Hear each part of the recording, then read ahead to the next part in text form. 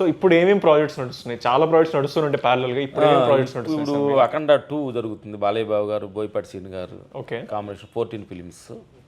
తర్వాత రాజా షాబ్ ప్రభాస్ గారిది, మారుతి గారి డైరెక్షన్స్లో పీపుల్స్ మీడియా ఫ్యాక్టరీ నడుస్తుంది, విశ్వప్రసాద్ గారు. ఆ తర్వాత కాంతారా 2 చేసాము ఇక్కడ. ఆ తర్వాత నెక్స్ట్ జరుగుతున్నాయి. ఇంకా ఏమన్నా కొంచెం విషయాలు ఏమన్నా చెప్పండి సార్. మాకు లీకులు ఇస్తే మేము ప్రభాస్ గారి గురించి, రాజాసాబ్ గురించి, ఈ ఎన్ని సినిమాల గురించి మాకైనా చిన్న ఇన్ఫర్మేషన్ ఇవ్వండి, అంటే తెలుసుకుంటాం. ప్రభాస్ గారు గురించి చెప్పాలంటే వెరీ గుడ్ మెంటాలిటీ, చిన్న చైల్డ్ మెంటాలిటీ. చూస్తాను మీరు కట్అవుట్ చూసారు కట్అవుట్ అంటారు కదా, లోపలికి వెళ్ళి చిన్న బాయ్ 2 years బాయ్ లాంటి ఒక అద్భుతమైన మనిషి.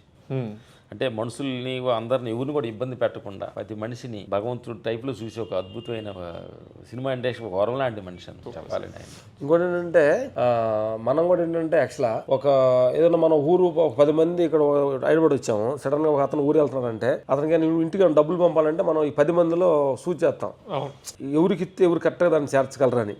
అట్లాగా ఒక గుణాలు చూసి మనం ఇస్తాం. అట్లాగా నేచర్ కూడా ప్రభాస్ని సూట్ చేసుకుందాము. ఇండియా తరపున best pan India heroine heroine. అవును, ఎందుకంటే ఆయన ఎంత ఎదిగినా ఒదిగే మనిషి, చాలా మందిని సినిమాను అద్భుతంగా ప్రేమించే 24 hours cinema cinema cinema cinema. ఆయన దగ్గర ఏంటి మేము గొప్ప యాడ్ అనుకుంటాం, మాట్లాడుకున్నాం మేనేజర్లు అంతా. ఏదో యాడ్ గురించి ఇవ్వాలనుకున్నట్టే లేదు, అట్లా ఏదో నేను యాడ్ ఇవ్వనని.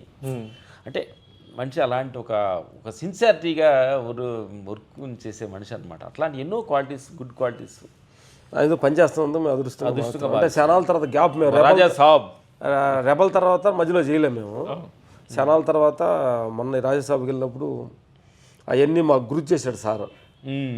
సూపర్, మన రెబల్లో ఫైట్స్ అయ్యి మీతో చేస్తున్నది దానితో మాకు చాలా ఆనందం వేసింది.